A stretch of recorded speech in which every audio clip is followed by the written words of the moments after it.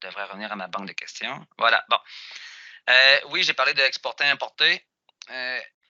Mettons que je le fais à petite échelle. Donc, disons que ma question, je voudrais que tu puisses l'avoir dans ton cours, excuse, Moodle. Alors, au bout de ma question, il est modifié. Je peux l'exporter. Ça, c'est à petite échelle, une question à la fois. Le XML Moodle est super important. C'est le format que Moodle va comprendre de questions. Là. Donc, quand je fais exporter, il va me dire, OK, enregistre-là sur ton ordinateur. Là. Fait que, disons que je l'enregistre sur le bureau de mon ordinateur. J'enregistre ça. Fait que la question, maintenant, je l'ai téléchargée dans mon ordi. Ça, c'est exporté. Après ça, ben, je vais me rendre, par exemple, dans le Moodle de je ne sais qui. Ben, mettons que je m'en vais dans un autre cours. Là. Tiens, mathématiques. Et dans ce cours-là, ben, je vais aller aussi dans la banque de questions. Banque de questions ici. Puis là, dans ce cas-ci, moi, c'est pas exporter que je veux, c'est vraiment importer. Je veux l'amener dans mon cours Moodle. Alors, je clique sur importer.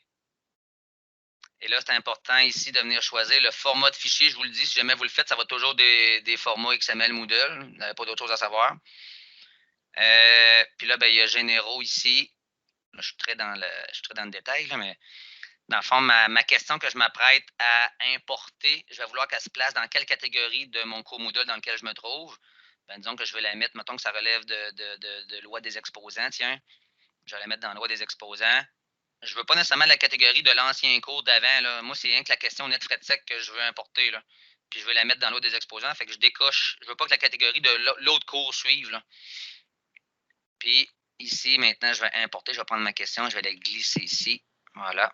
Fait que là, elle est en train de se télécharger dans mon nouveau cours Moodle.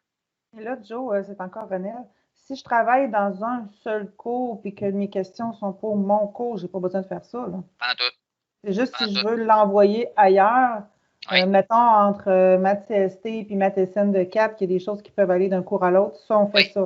Oui. OK, c'est bon. Ben aussi, si Nicole te dit Hey, elle est vraiment belle ta question, je pourrais-tu l'avoir? Ben, tu vas OK, l'exporter, puis tu vas y envoyer le fichier, puis elle va pouvoir l'importer dans son cours Moodle. correct. Merci. Fait que c'est comme ça que le partage va se faire. Fait qu'il me reste à importer ici, là, puis l'étape est finie. Là. Je vais continuer. Puis maintenant, ben, dans ma catégorie loi des exposants, je retrouve trouver équation de droite avec 2 points. Là. Faut-tu que tu fasses ça question par question? Non, non, là, je l'ai fait, je dis tantôt, je l'ai fait à petite échelle. Maintenant, OK. si je voulais exporter en format XML Moodle Une mes catégorie 46 complète. questions, donc je vais aller choisir mes 46 questions, exemple avec CalcMe. Là, je suis en train d'exporter 46 questions one shot. Là. Fait OK, que mon c'est bon. fichier que je vais enregistrer va comporter les 46 questions. C'est aussi ce fichier-là que je vais importer dans mon nouveau cours Moodle. C'est le même principe, seulement quand il y a beaucoup moins de questions. Là. C'est sûr que plus que tu as de questions à importer, plus que l'étape est longue. C'est normal.